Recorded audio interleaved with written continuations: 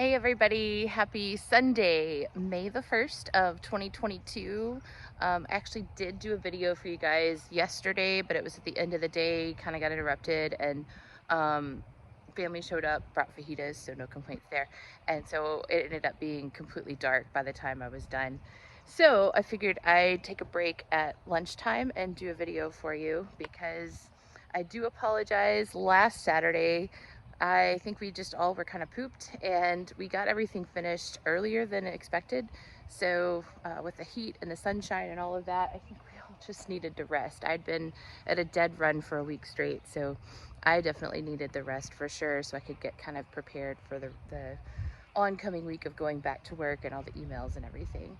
So without any further ado, I'm going to show you the house. This is the big reveal. You can see no garage.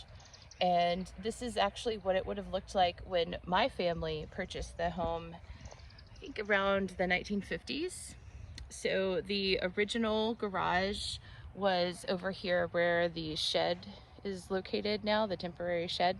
There was a garage in this kind of area. It was a little bit forward. That's obviously where the horse lot, the chicken barn and all that kind of stuff was. But when my grandfather purchased the house, he and some of the other prominent guys in town, I think the Reeds and some others, they took this garage and they split it apart to make it wider and rotated it to go in this location. So it actually sat on top of the backside of the well, which was, I think, pretty strategic. That did make sense. And of course it was historic because it was using historic materials, but on top of that there was history kind of in two different locations.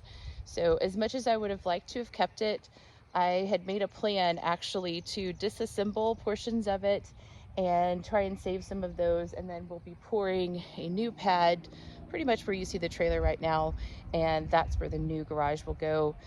I'll try and use as many of the old materials as possible, but unfortunately not everything could be saved, and especially when we had to work so fast. But here are some of the things that were saved. There was a ton of 1 foot wide shiplap, which is fantastic. This stuff is so strong. It actually took some effort, more effort than I think a lot of people assume, to get the garage down. And then of course we did save the windows that were in the garage. That was pretty unique and historic looking, so you guys will remember that. And then just a couple of other odds and ends, just different things that were found. And then this pile is mostly things that I was actually using the garage for. So I was using it for storage of historic items that had been given to me for the big restoration, or things that I was just saving, and really just to kind of keep things safe and covered at this point. So pray for me to work fast because I've got to find a place to put these. My goal is to be able to get them in the little house once I can get that all in good shape. So kind of working as fast as we can, but with short availability of materials and services and everything else, this should be interesting. So here is the trailer. This is actually load number 2. And if you weren't aware, we are in the middle of a dumpster shortage. So the company that I normally use gives us a 20-yard dumpster. And of course it's lower to the ground, but I'd been on the wait list for about a month and still hadn't gotten anything. They were able to give me a 10-yard, which is about half the size. But in this scenario, when you've got volunteers and you're trying to work quickly, that really amounted to them having to come in and empty that dumpster every single day. Just terribly inefficient. And particularly on days when you have volunteers, you're just kind of stalled. So that's exactly what happened last Saturday. We filled that dumpster up, and then there really wasn't anything else that we could do because we needed to have more dumpster space. So this is quite a bit of effort, but I am optimistic I'm going to get a good portion of it, hopefully the rest of the garage at least, in there. And then I've got shingles from the little house that I need to continue to dismantle those, and then we will be, saving that building. But anyways, a little bit of a tidbit of information. If you ever find yourself dealing with a pile of shingles, do not stack them like this because shingles are actually made to stick together, and that's exactly what they've done. So where normally I just get a flat shovel and scoop them up, you can't really do that here, and that can be very exhausting work for sure. So we're kind of working our way through it just slowly but surely, all by hand. But I'm hoping everything will fit in. It's definitely some tough work here. So I say the drawback with this particular trailer is two things. It's higher up, and also they work on a 48-hour schedule. So you have to be on your game as far as having everything ready to go and getting it in there. And some of this stuff is just really heavy and exhausting work to get in. So there's no 2-week timeline like with the other. But I would say the advantage is it's a little bit less expensive. It's, I think, 18 yards, something like that. So for the price and the size, that's fantastic. Also, just having to lift everything up and over can be a good thing. It just really depends on what you're dealing with. But the unfortunate thing is, like my cart here, this was a purchase a couple of weeks ago. I love it. It was rather expensive, but it has a dump feature. So if I had the dumpster that you could roll into, that would have been fantastic.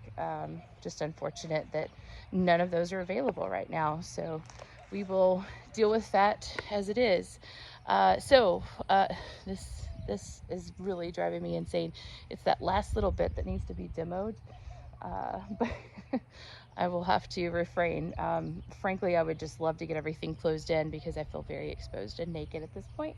But there's a lot of cost involved with that, and we got to focus on getting these other two buildings done as a priority. So bummer. But other things you can see, probably you might be able to see my slipped pier. I've been aware of that. I actually crawled under the house and looked at the piers before I bought the house. So it is still bearing a little bit, but I do want to put it back in place. So this just becomes a lot more obvious now. And one of the advantages, though, of having this garage down, if you see right here, this little area, this is where the original back door was, and there were steps that led up to a screen door.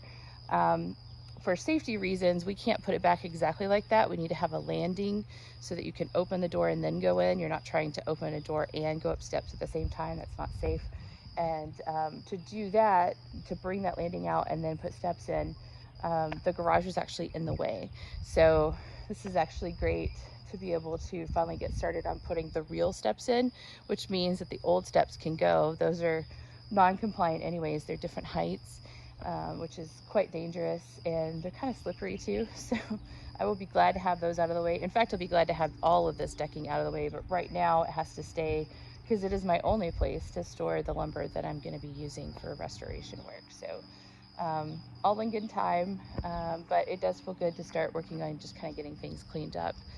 And then, yeah, you can see just my piles that I described to you last time. So we've got an area that I still will sort through for salvage.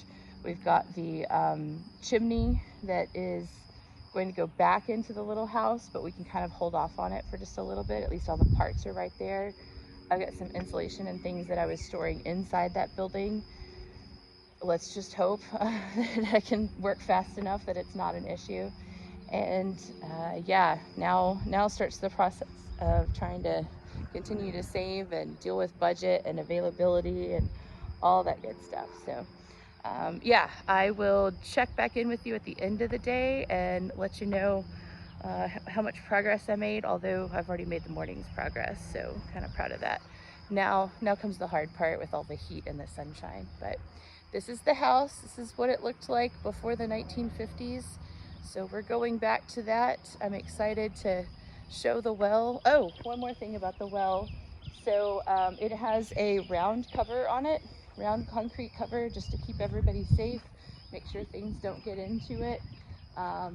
You can see these are the lines that came out. They actually went to a pump that would have been secured inside the garage, in the back of the garage. Of course, that was stolen along with a lot of other things out of the house before I got it. I am working with the electrician, or at least I started to inquire about getting a pump put in, and I'm starting to kind of think through designs and how we're going to deal with that. We've got a crack in the concrete that's surrounding it. The original brick is actually still there, all of the brick walls and everything all the way down, and it is active. I can see the water and all that good stuff. So Optimistic that we'll be able to get that going and get some irrigation going. So that's pretty exciting. But anyways, I am going to get out of the sun, put on more sunscreen, and get a drink, and then I will get back to it. You guys have a fantastic rest of your Sunday, and we'll talk soon.